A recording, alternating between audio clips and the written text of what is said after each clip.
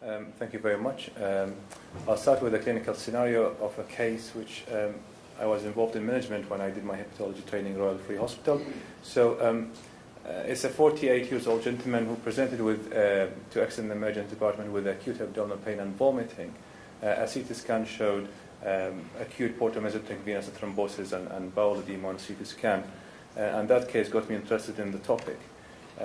So in the next few minutes, I will be presenting to you data from the use of thrombolysis in treating patients with acute portal mesentric vein thrombosis from the Royal Free Hospital by a protocol which was developed in Royal Free by David Patch and the team.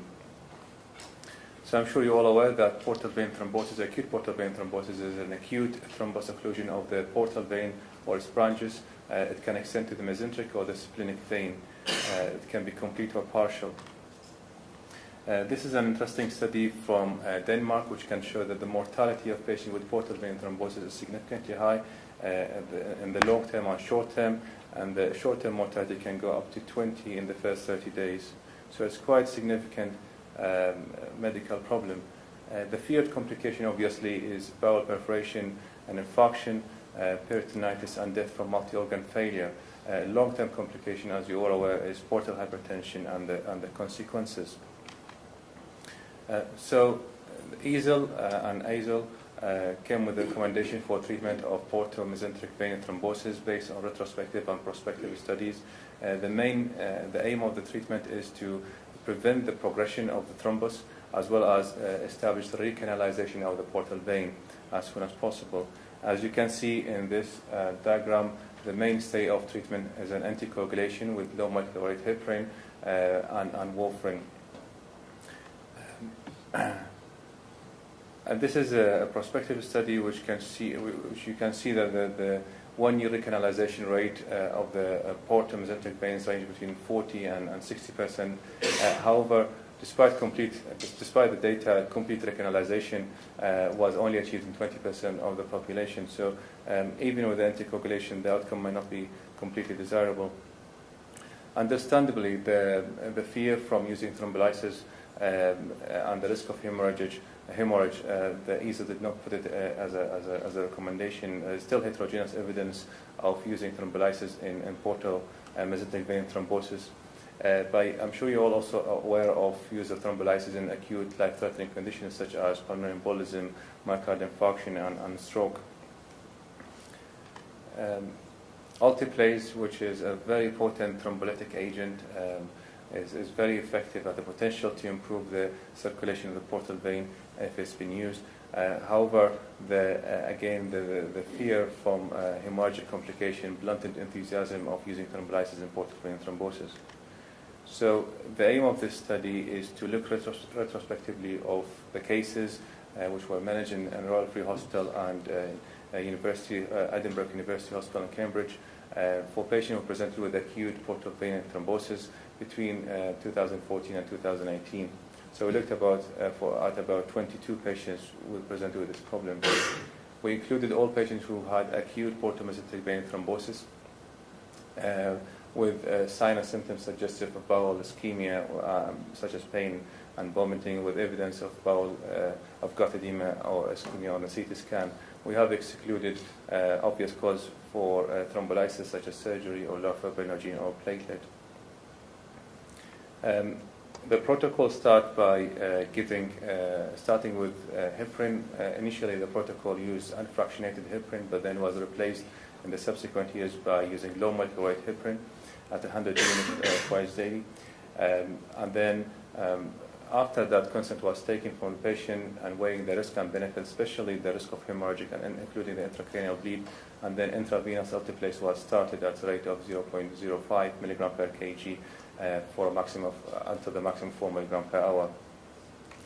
The infusion continued for 3 days, but then there'll be a short assessment in the next 2 days to 3 days based on clinical judgment. Before that, a CT scan was repeated to assess the response.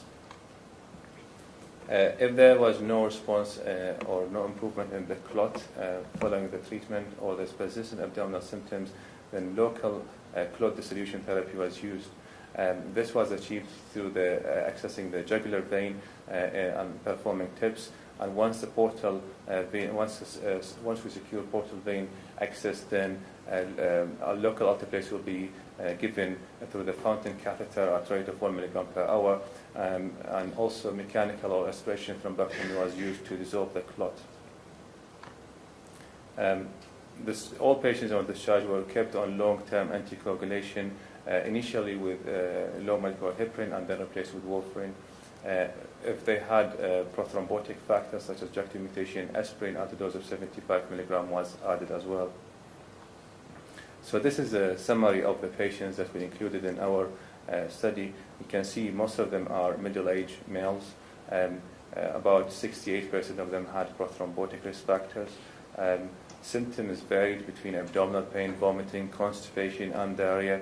And the presentation was roughly about range between 1 week to 3 weeks after the symptom started. So the number of the patients, I said, is there are 22 patients. They all had systemic alteplase. 11 of them had local dissolution therapy in terms of local alteplase and mechanical thrombolysis. And they all had anticoagulation as well on admission. So we looked at two things. We looked at the symptoms resolution and recanalization of the portal vein, and we also looked at the safety profile. So when it comes to symptom resolution, you can see 80% of the patient had symptoms resolved, and recanalization was categorized into 3 categories. So there was complete recanalization, where there's an absence of the thrombus, or partial, and then no recanalization. And you can see from the data, half of the patient had complete recanalization, and a third of them had partial recanalization of the portal mesentric vein. When we looked at the complications, we categorized them into major and minor. So the major is any complication which resulted in escalation of the level of care, such as requiring prolonged hospital admission or surgery, and minor is any complication which is self-limited or is not categorized as major. So only 3 patients had major complication. One of them had subcapsular hematoma, which is related to the TIPS insertion, and the other had neck hematoma as well. The third patient had superior mesenteric vein perforation, which required surgery. So those are the 3 patients who had major complications. Minor complication, they were minor, such as bleeding from the gum or from the vein access, and they were self-limiting. We followed patients up to 18 months, up to 2 years, when the median was 18 months, just to look at the rate of rethrombosis. 2 patients who had initial recanalization were thrombosed again during the follow-up period. One of them had JAK2 mutation, one of them had an incidental finding of colon cancer. Interestingly, no one developed bleeding from the portal hypertension during the follow-up period. So I'd like to conclude that from the data, I understand it's a small sample. However, the reality is the underlying condition is not that common. But despite that, this is the largest cohort of patients with acute portal mesenteric thrombosis treated with thrombolysis. We can see it's effective, especially in high-risk people where there's an evidence of lack of response to anticoagulation.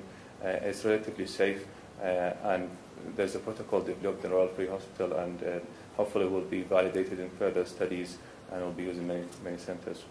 Thank you.